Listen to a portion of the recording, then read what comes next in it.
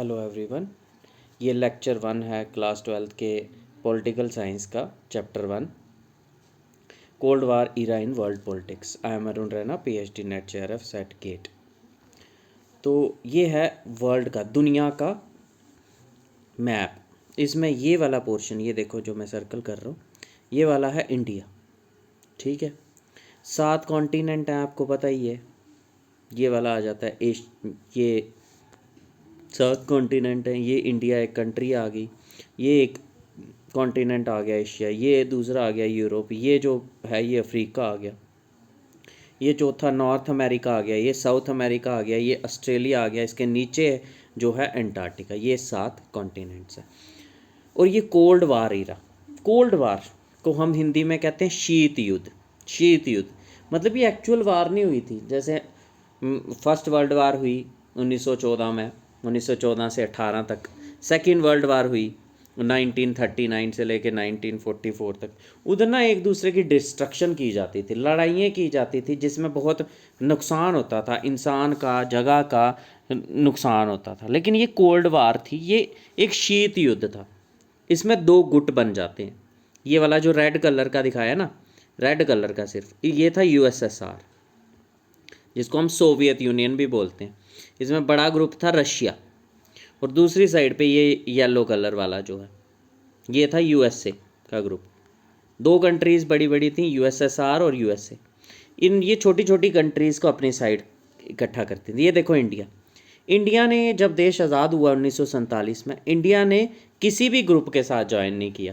तो ये जो ग्रीन कलर के दिखाएं, ये तीसरा वर्ल्ड हो गया, नॉन अलाइंड रीजन।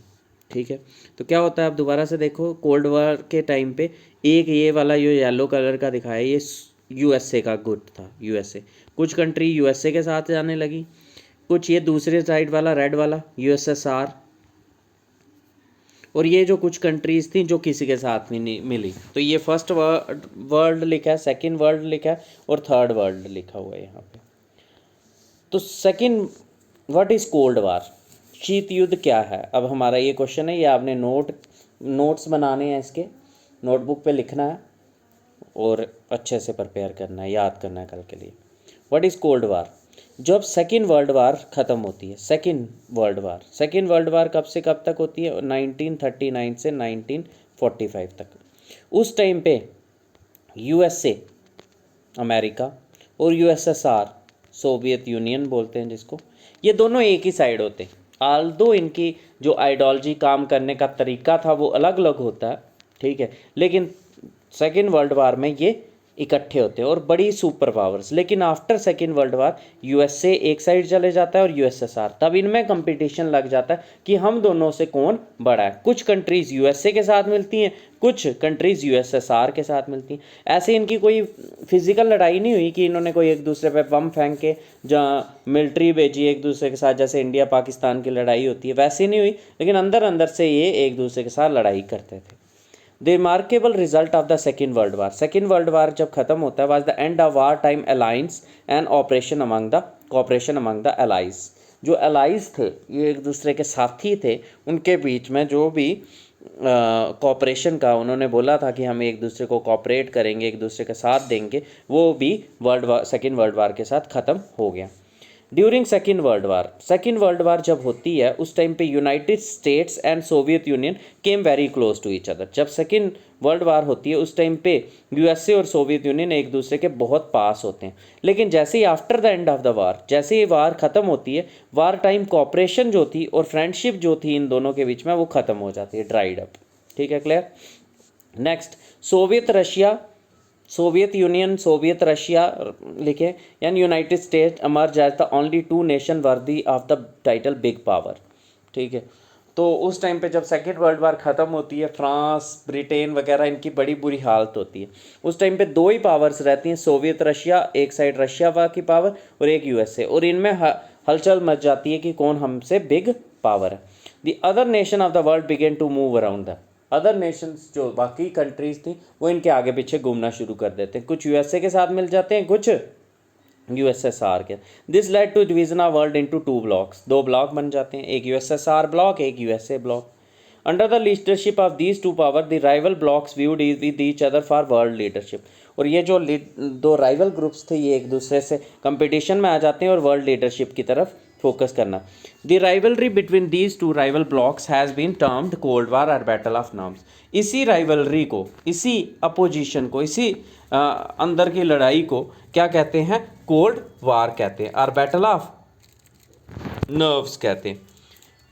ये कोई ऐसा ईरा नहीं था, it is an era of neither peace, ना ही कोई शांति थी।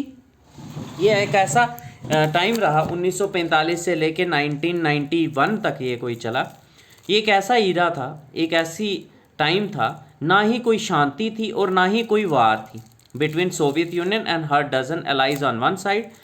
क्या सोवियत यूनियन और उसके कोई 12 जो साथी थे वो एक साइड पे थे और यूनाइटेड नेशन एंड स्कोर हो गया कोई 20 के अराउंड, यूनाइटेड नेशन और उसके 20 साथी दूसरी साइड थे। टर्म जो कोल्ड वार थी ये पहली बार किसने यूज़ की थी?